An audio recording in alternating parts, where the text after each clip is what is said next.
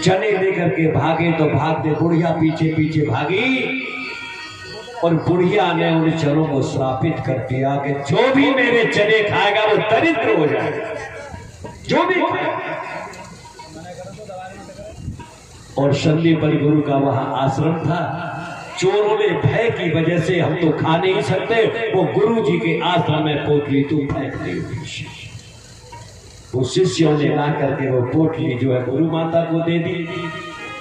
और भगवान कृष्ण और सुदामा जब जंगल को जा रहे हैं लकड़ी लेने के लिए, तो वही पोटली गुरु माता ने और सुदामा के हाथ में दे दी। जब भूख लगे तो देखा गया। लेकिन देखो इस रहस्य को सुदामा जानता है। सुदामा जानता है कि ये चोर लेकर के आए और ये श्रापित चने हैं, जो भी इसको खाएगा वो दरिद्र हो जाएगा।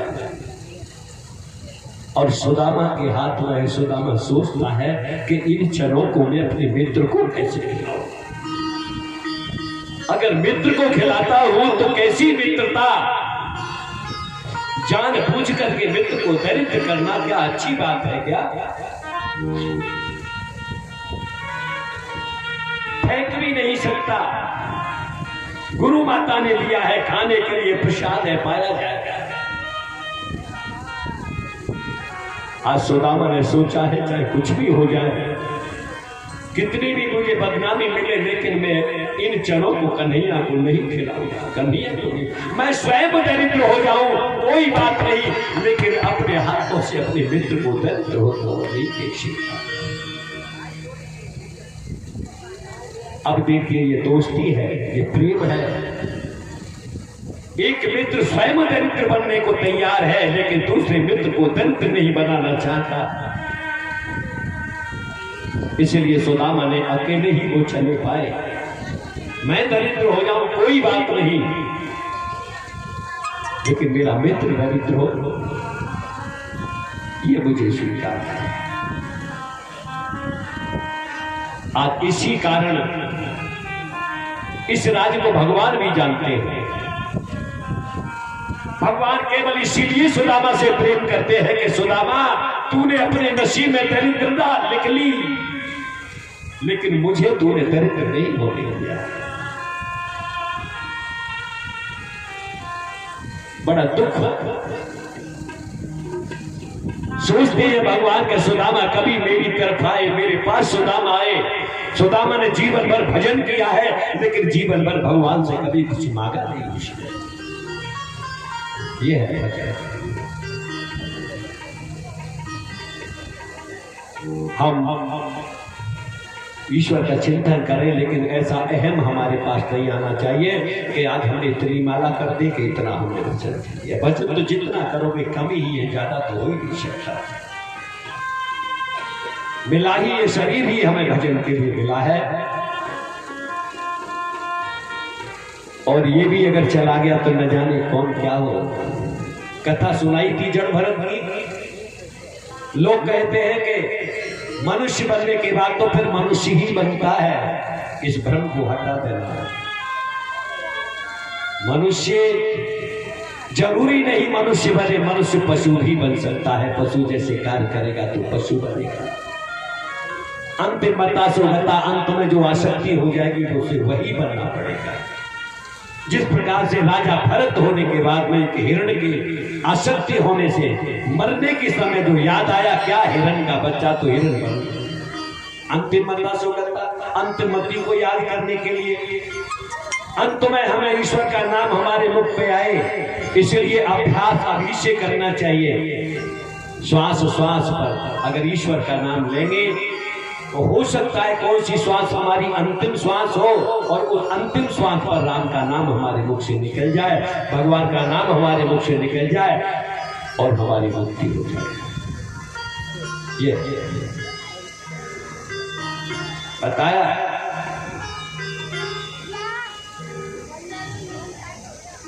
आज सुदामा अपने घर पे है,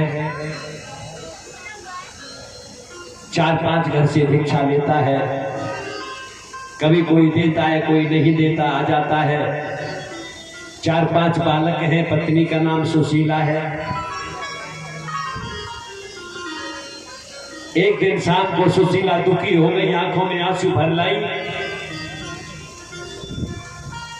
बच्चे दूध के लिए परेशान करते, माता मम्मी हम तो दूध पिएंगे, हम दूध पिएंगे। अब सुशीला कहां से दूध लाए?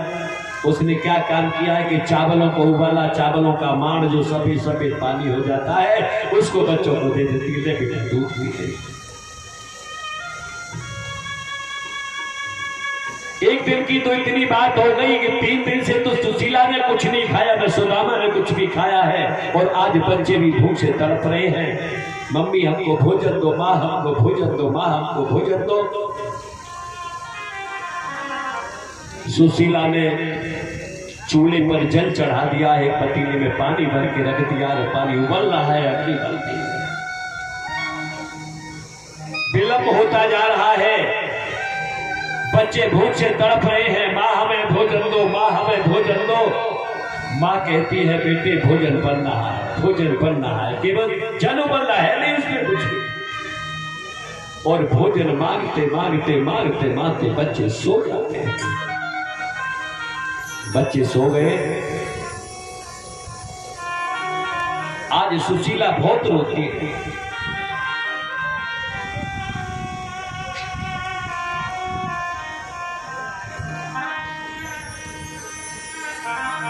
सुशीला आज सुदामा से कहती है, पतिदेव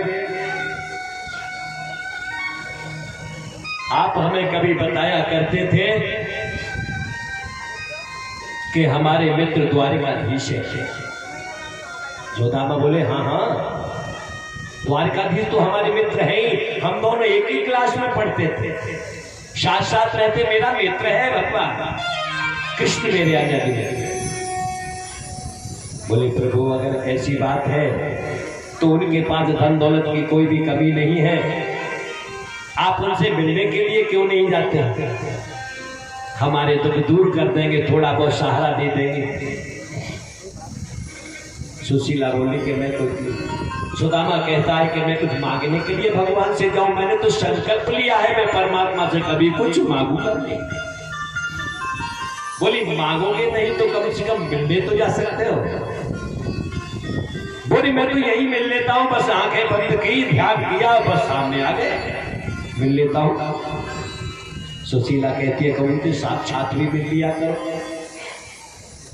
स्वप्न को छोड़ो, वैसे भी तो मुलाकात हो जानी चाहिए। बोले कि नहीं मुझे जाने की जरूरत नहीं है, मैं तो यही भगवान से मिल लेता हूं। बोले स्वामी तुम कैसे हो?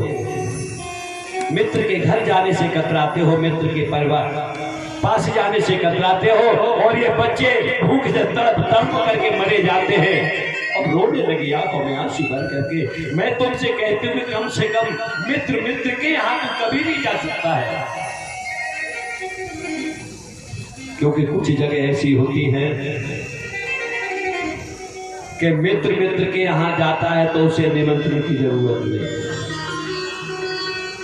बेटी अपनी मायके जाती है तो कोई जरूरी नहीं कि मायके वाले बुलाएं जब भी बेटी मायके, वो तो माता पिता की शोध लेने भाइयों से मिलने चाहे जब जा सकते हैं। इसलिए आप अजीब हो, भगवान से मिलने की मना करते हो कि यही बैठ करके मिल लेता हूं, कभी कभी साक्षात ही मिल लिया करो। सुदामा कहने लगा तेरी बात तो तुम्हारी ठीक है, लेकिन मैं क्या उनकी क्षमता का हूं? अगर मैं वहां जाऊंगा तो मित्र के यहाँ कुछ न कुछ तो लेकर के जाना चाहिए, या खाने के लिए नहीं है तो वहां लेकर के क्या जाना, बताओ।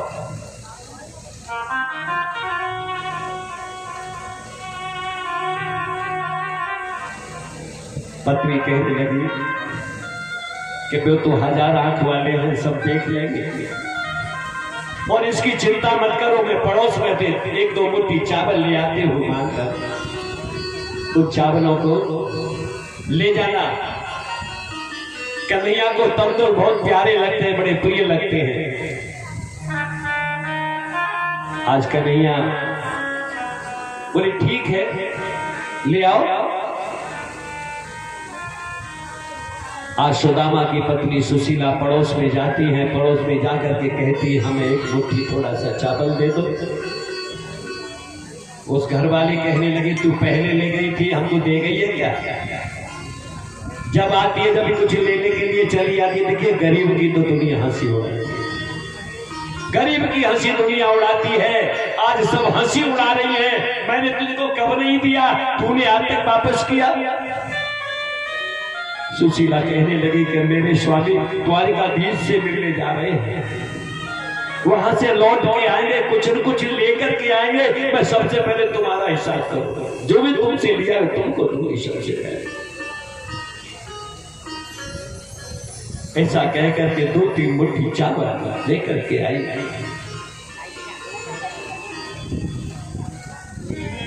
और चावल लेकर सुदामा को दिए हैं। साफ सा कपड़ा भी नहीं है बांधने के लिए, गंदा सा कपड़ा, फटा सा कपड़ा, उसी में पोटली सी बना करके चावलों की सुदामा को देती है।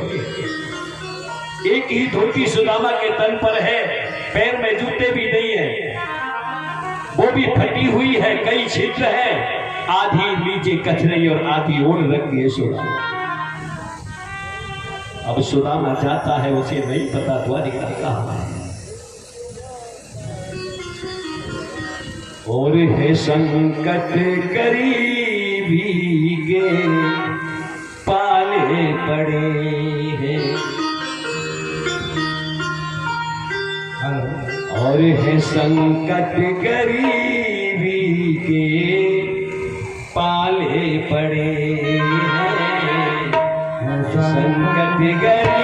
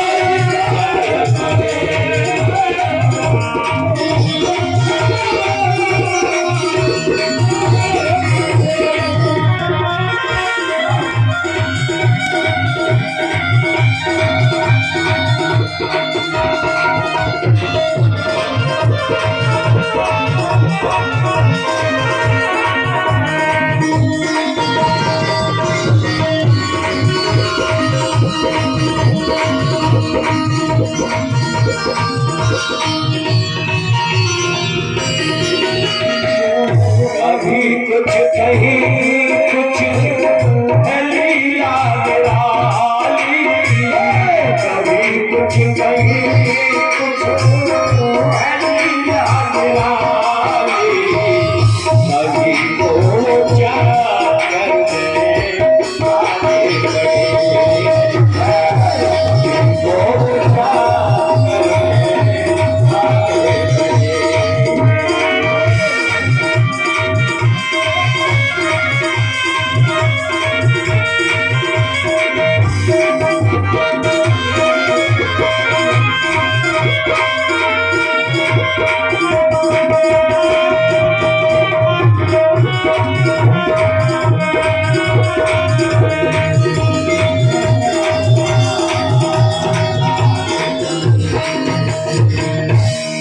गोविंद भगवान की जय, बोलो राधा कृष्ण की। अरे मट्टी के धोताओ, आज तो कम से कम है पूरा वॉल्यूम खोल दो, कम से कम मालूम तो पड़े जयकारा वहां के हमारे माता बहन भाई लोग सब लगाते हैं। अरे इस जवान को, इस पानी को कम से कम भगवान के नाम पे खर्च, गालियों में तो खर्च कर लेंगे। कैसी कैसी गाली देती है मेरी 100 तो क्या क्या हुआ। निकलते ही सुदामापुरी से उसे चक्कर आ जाता है और वह गिर जाता है। भगवान द्वारिका में भोजन कर रहे हैं, जैसे ही निवाला मुंह की ओर लेकर के गए हैं, वैसे ही ध्यान आया कि आज मेरा मित्र मुझसे मिलने आ रहा है, लेकिन वो यहाँ आ नहीं सकता। आज सोच रहे भगवान क्या किया जाए। भगवान ने अपने गरुड़ को भेजा तुरंत। भगवान अपने गरुड़ को भेजते हैं कि जाओ मेरे मित्र को वहां से लेकर के आओ और मेरी जो द्वारिकापुरी है इसके बाहर ही छोड़ो। होश नहीं है, सुदामा बेहोश है। आज तो गरुड़ आता है, गरुड़ ने सुदामा को अपनी पीठ पे रखा और बहुत स्पीड से आने के बाद में उसने सुदामापुरी के बाहर छोड़ दिया। और जब सुदामा को होश आता है कि मैं कहां आ गया, उसको पता था मैं थोड़ा ही चला था, बेहोश हो गया। उसके बाद क्या हुआ ये पता नहीं है। कुछ लोग जा रहे थे, भैया एक बात बताओ, ये कौन सा जगह है, कौन सा गांव है? वो कहने लगे सुदामापुरी 6, सुदामा को द्वारिकापुरी 6 गुजरात में। तो वो गुजरात में तो जो भी बात करेंगे उसके पीछे 6 जरूर लगा देंगे। अब सुदामा चक्कर में पड़ गया, बोले एक द्वारिकापुरी है या 6 द्वारिकापुरी है, न जाने कौन सी द्वारिकापुरी में भगवान रहते हैं। आज भगवान ने जो सुदामा ने ये देखा है कि इतनी सी दूर द्वारिका थी और मैं आज तक मिलने नहीं आ सका। अरे अभी तो चला था और अभी आ गया यहाँ द्वारिकापुरी को, इतना नजदीक द्वारिकापुरी थी। अब वन में बड़ी भ्रांति थी। जैसे जैसे सुदामापुरी निकल करके आगे के लिए जाता है, लोग वहां सज धज के अच्छे खासे कपड़े अपड़े पहन करके वहां रहते हैं। वहां का कोई भी दरिद्र नहीं है, सभी वहां राजा, सब राजा मालूम पड़ते हैं भगवान के आगे। सबके पास ऐश्वर्य, सबके पास सब कुछ मौजूद है। और जब सुदामा उनसे पूछता है कि भैया यहाँ कौन सी जगह है, ये द्वारिकापुरी 6? बोले 6 द्वारिकापुरी है। बोले बाबा 6 नहीं है, द्वारिकापुरी तो एक ही है, लेकिन 6 बोलते हैं। अच्छा अच्छा, अब मैं किधर को जाऊं? द्वारकाधीश को महल किससे मिलने जाना है? बोले भैया वे अपने मित्र से मिलने जाना। मेरो यार है यहाँ को जो तुम्हारो राजा है, द्वारिकाधीश, द्वारिकाधीश है ना? बोले हाँ, वो मेरो यार है। लोग आगे न समझिए जी पागल है वो। पैर में जूते नहीं है, फटी सी धोती पहन के आयो का कर सुधाम भगवान द्वारकाधीश मेरे मित्र है। वो कहने लगे कि तुमको शर्म आनी चाहिए, है? तुम अपनी औकात देख रहे और उनकी औकात देख रहे। ऐसी मित्रता होती है? कहाँ राजा भोज और कहाँ कंगला तेरी, बताइए। तुम कह रहे हो कि वो मेरे मित्र हैं, इससे कुछ नहीं होता। अगर तुम चाहिए कुछ तुमको तो हमसे ही ले जाओ। इतनी दरिद्र हो तुम, यहाँ क्यों मालूम नहीं पड़ते, कहीं बाहर से आए हो। हम सब इतनी सक्षम है, तुम जो मांगोगे हम तुम्हें देने के लिए तैयार। लो धन ले जाओ, हमसे ले जाओ, लेकिन द्वारकाधीश को बदनाम मत करो कि वो हमारे मित्र हैं। एक अपेक्षा पड़ता है सुदामा सोचने लगा, ये ठीक है,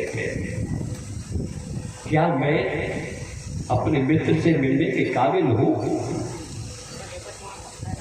अगर यहीं पर ये बात हो रही है तो ये बात अगर दूसरों को मालूम पड़ी और मेरे भगवान को मालूम पड़ी तो लोग कितनी बदनामी करेंगे। कहीं ऐसा तो नहीं कि मेरे प्रभु को मेरी वजह से नीचा देखना। मित्रता तो बराबर वालों में होती है, छोटे बड़े में कोई मित्रता नहीं होती। सोचता है, कभी मन में आता है बोले कि क्या करूं, ऐसा करूं कि न जाऊं मित्र के पास तो वही अच्छा है। अपनी सुदामापुरी में बढ़िया था, लौट के चलता हूं और जब 2 कदम पीछे को लौट करके रखते हैं तो कहते हैं सुशीला से क्या कहूंगा, सुशीला से बोल के आया हूं कि मित्र से।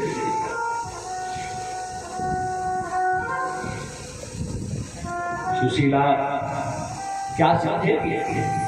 नहीं नहीं नहीं, ये लोग यहाँ के अलग है लेकिन मेरा मित्र ऐसा नहीं है। वो तो जब मालूम पड़ेगा ना सुदामा आया है तो दौड़ करके मुझे थाम लेगा। मेरा मित्र बहुत अच्छा है। चलता हूँ, रास्ता पूछते पूछते पूछते पूछते आगे के लिए चल दिया। आगे जाते हैं, फिर अगले के चौराहे पे जाकर के पूछते भैया द्वारकाधीश का महल इधर ही है क्या? बोले हाँ महल तो इधर है। तुम कौन हो, कहाँ जा रहे हो? तो वो मेरे मित्र हैं, उनसे मिलने जा रहा हूँ। हंसते बोले देखो पागल हो गया है, भगवान को अपना मित्र बना रहा है। हंसते हैं और जब हंसी सामने से होती है तो सुदामा के एकदम पत्थर सा दिल पे लगता है। बोल के इन्हीं की बात तो कहीं ठीक नहीं है, कहीं मेरे जाने से मेरे भगवान की, मेरे मित्र की बदनामी न हो, लोग ये न कह दे बोल कैसा ये मित्र है, ऐसे मित्रों को रखता है। मेरी दरिद्रता लोग देखते हैं और मैं उनको मित्र कहता हूं तो एक बदनामी का ही तो पात्र है। चलो फिर भी मन में आता है कि नहीं नहीं मेरा कन्हैया ऐसा नहीं है। आगे जाते हैं,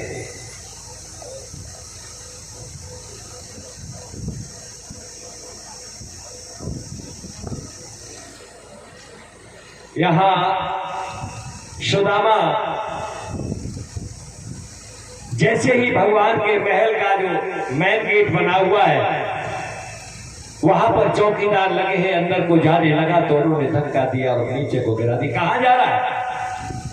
बोले मैं अपने मित्र से मिलने आया हूं, द्वारकाधीश मेरे मित्र हैं, मुझे अंदर जाने दो। कि नहीं नहीं हट पीछे, तू मित्र कैसे हो सकता है द्वारकाधीश का? ऐसी बातें मत कर। जो भीख मांगनी है तो यही से हम ला करके दे देंगे तेरे। भिखारी मालूम पड़ता और मित्र बनता झटका है। फिर वापस लौटने को होता है, लेकिन फिर मन में आती है कि जाके सुशीला से क्या कहूंगा। फिर आगे बढ़ते हैं। उन्होंने कहा भैया अगर तुम नहीं मानते तो मेरा नाम लेकर के कह देना। क्या नाम है तुम्हारा? मेरा नाम सुदामा है। केवल मित्र से क्या कहते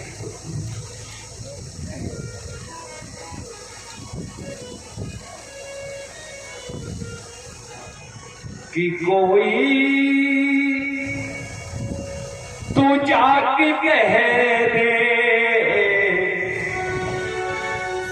और मेरे यार से फसाना। तेरा यार आया दर पे और गम का लिए खजाना। तेरा यार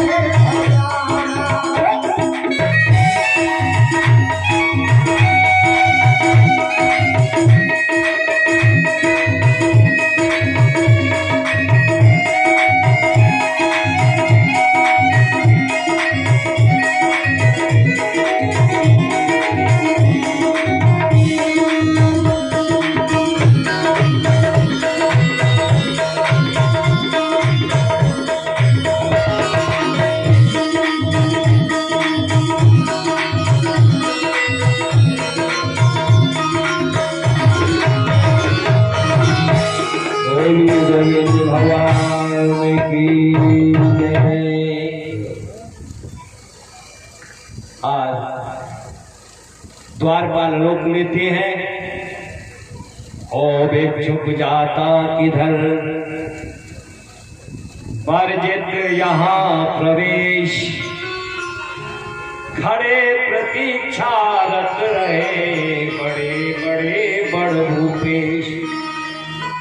अरे तुम तो भिखारी हो, या बड़े बड़े राजा महाराजा आते हैं, उनको घंटों इंतजार करना पड़ता है भगवान से मिलने के लिए, तुम इतनी जल्दी।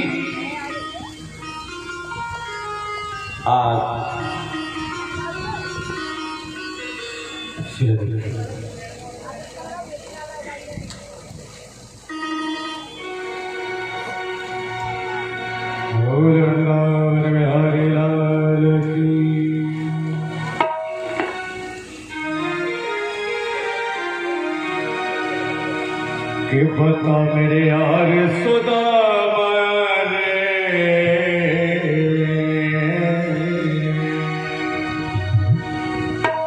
बता रे मेरे यार सुदामा रे, भाई घड़े दिना में आया। बता मेरे यार सुदामा रे, भाई घड़े, बता मेरे यार सुदामा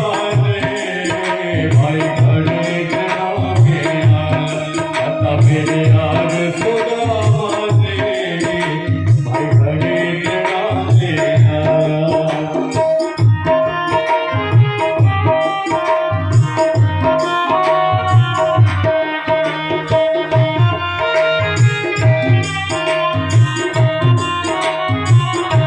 बता मेरे यार सुदामा रे, भाई घड़े दिना में आया। बता मेरे यार सुदामा रे, भाई घड़े दिना में